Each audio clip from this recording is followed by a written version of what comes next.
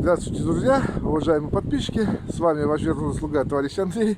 Хотел бы вам сейчас рассказать об автомобиле А8 2000 года.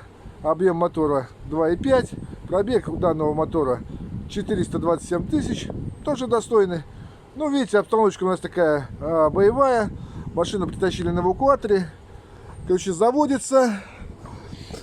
Либо не заводится. Но когда заводится, шум какой-то начинается. Давай пробуем, заводим. Ну что? Сейчас. Ну-ка. Здесь еще бензик сухана. Мотор загорел. Ну вот шум, видите? И походу с этой стороны. Ну все, сейчас будем разбираться, в чем проблема. Все, в душе. Ну все, действуем. Итак, сняли, разобрали крышку. Ну, что мы здесь обнаружили? Обнаружили следующее. Первое, да? Рокеров вон там нету. А вот здесь они внизу лежат.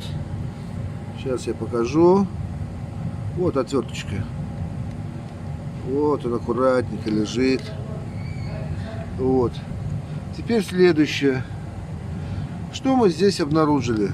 Гидрики пустые. Вот я нажимаю, а он проваливается. Видите, гуляет этот, вот этот. Видите, этот вообще хорошо проваливается. А вот этот гидрик, вот сейчас я его, секунду, а этот не проваливается. А этот бедолага заклинил. Ну вот, причина банальна. Гидрокомпенсаторы. Замена гидрокомпенсаторов. Ну и будем смотреть и рокера. Все, разбираем, смотрим. Итак, мы решили теперь снять также с другой стороны клапанную крышку. И что мы здесь видим? Видим здесь также отсутствие рокера. Вот он, видите, отсутствует. Ну и соответственно гидрокомпенсатор, видите, ходит свободно. Выпал, простым языком. Соседний жестко сидит. Вот этот с этой стороны слегка продавливается. Ну, короче говоря, поднимаем распредвалы с обеих сторон. Замена гидрокомпенсаторов и по ситуации рокеров. Действуем. Ну что, при разборке начинают всплывать подводные камни. Сейчас я вам покажу. Вот, видите, как приводной ремень уже готов уже слезть с ролика. Это говорит о том, что рычаг натяжителя, а точнее втулка там разбита. То есть надо менять ремкомплект для того, чтобы вот эта беда не случилась. У некоторых клиентов, кто это вовремя не замечает, ремень соскакивает, естественно, наматывают его, и он летит под ремень ГРМ. Ну и, естественно, получается Сталинград. Так что здесь только начало. Все, действуем, устраняем. Ну так, разобрали дальше. Ну что, ролики. Один. Ну, второй вообще смешной звук, конечно. Все. Итак, поднял распредвалы с первого по третий цилиндр. Ну, только два рокера выпало. Вон один, видите, лежит.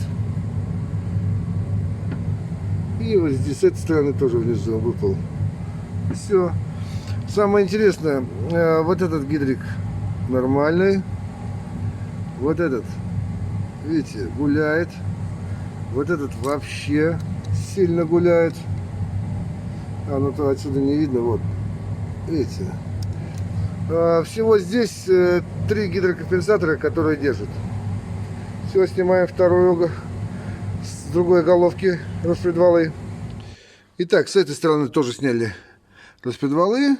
Ну, как я вам вот показывал, видите, вон рокер лежит внизу. Но интересная вещь. Вот смотрите, вот этот тоже гидрокомпенсатор хоть и гуляет, но он не выпал. А вот здесь вот этот гидрокомпенсатор. Вот это, сейчас я пальчиком на него нажимаю, да? Он еще больше гуляет, но он не выпал. Штука интересная. Ну все, действуем. Итак, установил ремень ГРМ. Распредвалы, соответственно, стоят уже на месте. Прокрутил, метки на месте, все идеально. Устанавливаем крышки. Ну, соответственно, вот меняем вот эти трубки-обратки. Ставим нормальные. Заводим, смотрим, что получилось. Ну что, пробуем, заводим.